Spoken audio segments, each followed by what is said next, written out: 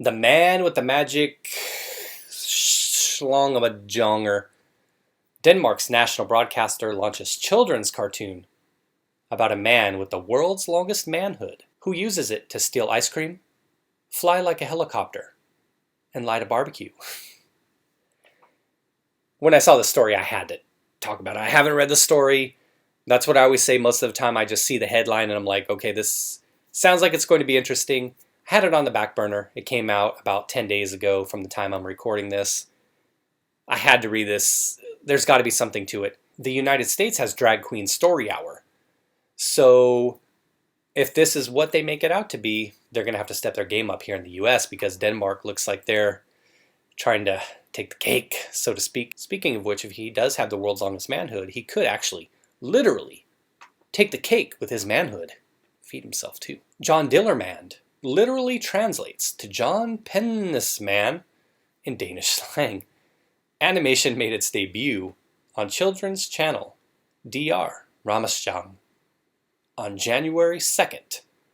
You like how horrible of a pronunciation I did on that? Why'd I pronounce it more like Chinese than Dutch? Terrible, right?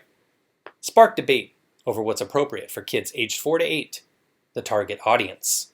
A bizarre new children's cartoon has launched in Denmark, which tells the story of a chap with the world's longest pencil, called a pencil from now on, John Dillermand, which literally translates to, yeah, we know, follows the adventures of its eponymous character who performs impressive feats with his member.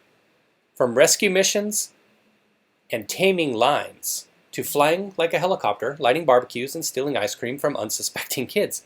So he whips the schlong out and says, hey kids, I'll be taking that ice cream. There's indeed almost nothing he can't do with it. As is explained in the show's theme song, yes, we've got animation here. At one point in a scene reminiscent of the film Up, haven't seen it, he finds himself floating in the air over the town thanks to a set of colorful balloons tied to his tackle. The puns here were probably so easy to write. The person who wrote this article was probably laughing their butt off just trying to think of the most ridiculous stuff they could, and they probably had a fun time with this. The animation made its debut on children's channel DR, no, they're not going to get me to say it again, on January 2nd, but perhaps unsurprisingly, received mixed reviews from its viewers. So here you go right here. He's pouring gas on the fire, but it looks like the fire's already going.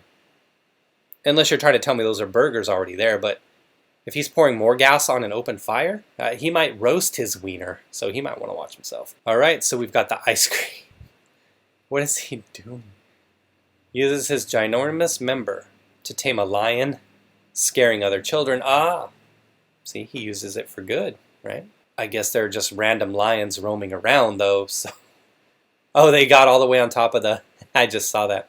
They got all the way on top of the ice cream. All right.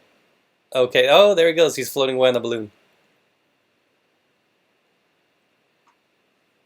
I was using it as a pogo stick. Let's see that one more time. It's after this one. After that. Here.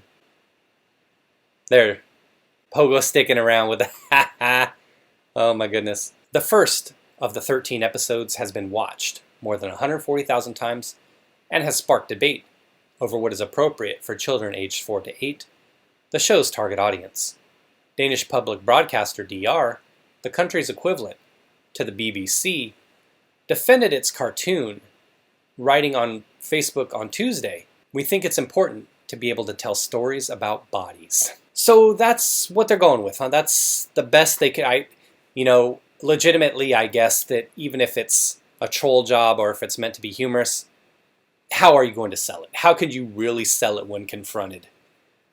Well, yes, we think it's important to be able to tell stories about bodies. I guess that's the best they came up with. Who wrote that? The legal team? In the series, we recognize young children's growing curiosity about their bodies and genitals, as well as embarrassment and pleasure in the body. They're getting a little bit too deep into it now, I think. However, some opponents claimed the idea of a man who was able to control his pencil months after TV presenter Sophie Linde kickstarted Denmark's Me Too movement is ill-judged. So it took them that long in Denmark to come up with the same old sham thing they did here, huh? Interesting, you don't hear much about that anymore here. Makes you wonder why, huh? Makes you wonder if that had a lot more to do with the old elections and political power going on at the time. So, yeah. How did it take so long to get there? Makes you wonder. Danish author Anna Marie Marstrand Jorgensen commented, "Is this really the message we want to send our children while we're in the middle of a huge Me Too wave?" And again, their Me Too will go just like the one went here. It'll identify a couple people. It'll ruin the lives of people they don't like. There'll be legitimate claims for sure. Legitimate stories will come out of this. Legitimate people will be punished. And there'll be a ton of people who didn't do anything wrong that are dragged into it as well, as certain individuals try to use their parts and the privilege that comes with those parts in order to gain some kind of fame, write some books. That's how it is. That's how it worked here. We saw a lot of that with the Kavanaugh case. And I imagine that it's going to be somewhat similar there as well. It's just one of those waves you have to bear, try to weigh the legitimate stuff from the BS, and then move forward. And you don't see any of those pink hats around anymore. I thought those hats were kind of cute. On a female's head, of course, not on my head. There you see our guy right there floating around by his crank. Christian Groves. Groves, huh? Interesting to have that last name with this story. An associate professor and gender researcher at Roskilde University agreed, claiming the show's celebration of the power of male genitalia could only set equality back. That this individual went the direction of totally ignoring the kids, totally ignoring the young 4 to 8-year-olds that don't need to see this man's pencil attached to some kind of vehicle here, but then brought it back to feminism, equality. It just shows you that there are so many different victimhood groups out there, and everybody's got an agenda, that they don't even look at this in terms of the kids, but they look at it as an opportunity to score points for their own preferred group. Now, an individual who's a gender researcher, why would you even need that as a profession anyway? I mean, with only 2, how much research can you do? The research is done. Biology. Believe the science, right? That's what I've always been told, is believe the science. What does that individual do all day as a researcher? Do they look at the science that's already on the books, biologically speaking? Do they have people come into their office and just pull their pants down? For research purposes. 10 men, 10 women come in, or 10 trans women and 10 trans men come in and pull their pants down. Wow, that's some great research you got there, sir. All right. That's enough of that. The series is made for our target audience, consisting of children 4 to 8, and it must be at their level. The series is not about sexualizing the body. Seems a little bit different than what we heard earlier. I could have swore I just read something about it. Said something about wanting to get in touch with the body, huh? I don't know. Education expert Sophie Munster told AFP, "It's a very Danish show. We have a tradition to push the limits and use humor, and we think it's totally normal.